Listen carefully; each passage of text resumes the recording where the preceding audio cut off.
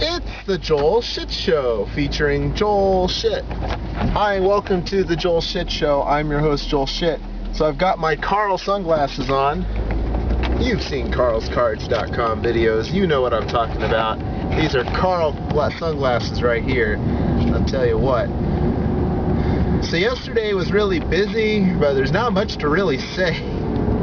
Let me think about where the hell am I going? I'm going on to 280. I'm going to go right. So,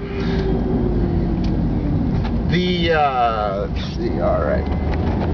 So I woke up yesterday morning and I was like, oh yeah, what an easy day this is going to be. Gonna package my shit that I sold on eBay and put more stuff on eBay and go work for Yahoo and go to a party and then go to work at a casino party and then go home and sleep, and how fun will that be? So then what ends up happening is I wake up and I get invited into a conference. And at Yahoo, if you get invited to a conference, that means there's breaking news, and they want the copy editor. There's always a conference for the people that make the stuff on the front page of Yahoo, but the copy editor doesn't normally get involved because it's very distracting for the copy editor. And he has really she, I'm the only guy. She has better things to do while she's on shift, and it doesn't really give you any benefit.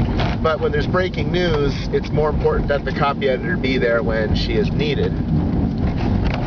So 7:25, I get this invite to a conference room, and turns out there was an earthquake in Chile. Oh, okay. So one of the things that we all do is we all watch different reports of what's going on TV in our respective houses, because it's a Saturday, nobody's in the office, ostensibly anyway. Although they have TVs in the office for the different cable channels too, so whatever. So of course, whoever's in charge gets to watch CNN, and then usually someone else wants to watch MSNBC. So what does that leave for me? Fox News Channel. Oh boy, everybody's favorite. So that's what I ended up watching. And you can learn a lot about a TV station by the kind of advertisements you get. And what advertisements do you get on Fox News Channel? Foundation for a Better Life.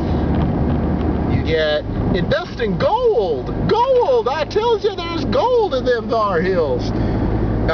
Commercials for the scooter store. You get commercials like that.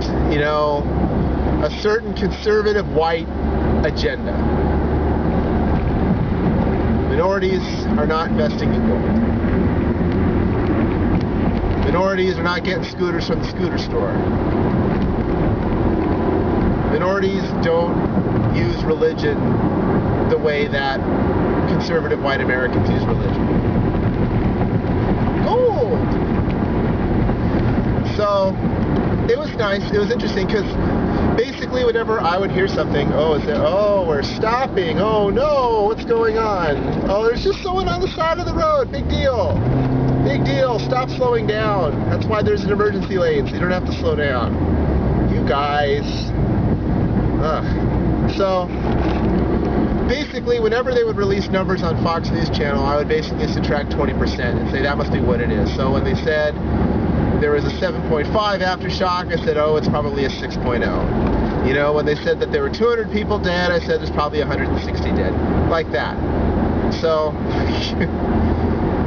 it's funny because they did a pretty good job, actually, and I will give Fox News Channel credit. They did a good job for them, and they did an okay job overall. They did not really do a disservice the way that you would expect them to do. So,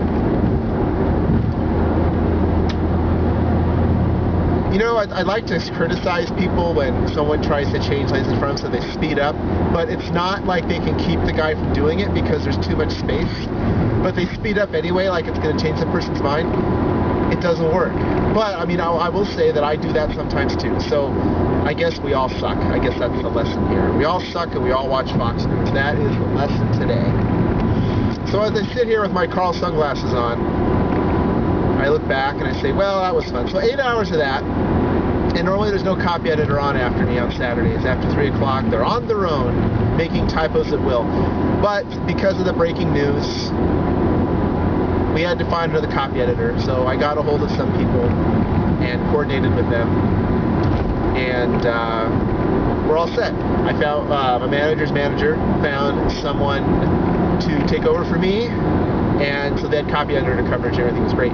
So basically anything you read on yahoo.com yesterday until 4 p.m. Pacific was probably something that I either copy edited or wrote, mostly copy edited. But I did write a little bit. It was very exciting. So, and you know, the weekend crew isn't the best. You know, we fill in for the backups. You know, if we were that good, we'd be on Monday through Friday 8 to 5, but we're not. So it was quite an honor to be able to deliver such news on a weekend. So, you know, it was a big feather in the cap. Give your dog a bone. Knick-knack, paddywhack. Oh, maybe I want king. Oh, it's too late to take king. There's no way I'm getting this exit. There's no way I'm getting this exit. Oh, wait, yes I am. Ha, ha, ha. You don't mess with the Joel hand. Wow. So, I get off of work, and I said, okay, time to go to the post office, but it was raining. And so I said, okay, well, oh, look, the rain stopped. Hey, girlfriend of mine, let's go run. And she said, okay. So we went running. And we went running through the neighborhood, and it rained a little bit, but not very much. The conditions were great for running, running and rating, really. Yep. Here we go. That's what I'm talking about. All right, this light's red anyway. East San Jose. We're going to go through the famed intersection of Story and King. When you're a child growing up in suburban San Jose, you always hear about Story and King. That's where the action is. You know what? It's just another strip mall-laden intersection with graffiti on the buildings. So anyway, I'm on King, and here's Story, and I'm going to go straight. This is Story and King, everybody. This is the intersection we all feared as children. Look at that! Story and King! Woohoo! Yeah. San Jose is the fourth safest large city, meaning over 500,000 people in the country. I think El Paso, New York City, and Honolulu were safer. We used to be the safest, and then we decided one year, well, instead of paying more in taxes, let's cut back on police services. And then we've never made up the difference since then. People go, oh my God, it's such a black eye. It's still the fourth safest large city in the country. I mean, come on. San Jose, you know, if you're looking for trouble, I suppose you can find it. But it's just a bunch of people trying to get through life. It's a fun city. So then I went to get a burrito, and oh, that was pretty slick. I wish I had the camera going the other way so you could have seen that. Let's see, I'm going to Tully. All right, so it was, so then I got in the car and I went to Hayes Mansion, which is right next to where Frontier Village used to be. Used to go there all the time as I was a child. First time I'd been in this part of San Jose in 30 years. And, yeah, it is what it is. Had a good time, I suppose. Hung out and dealt craps for 2 hours. Made probably 2 mistakes. Really rusty. I need to deal more often than once a month. It's just, I forget so much.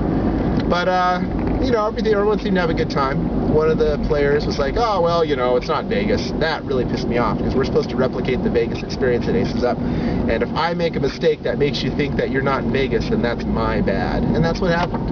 I wasn't really happy about that. Hey, it's Cunningham. It's Alan Cunningham. So, that's the street we're on, we're at.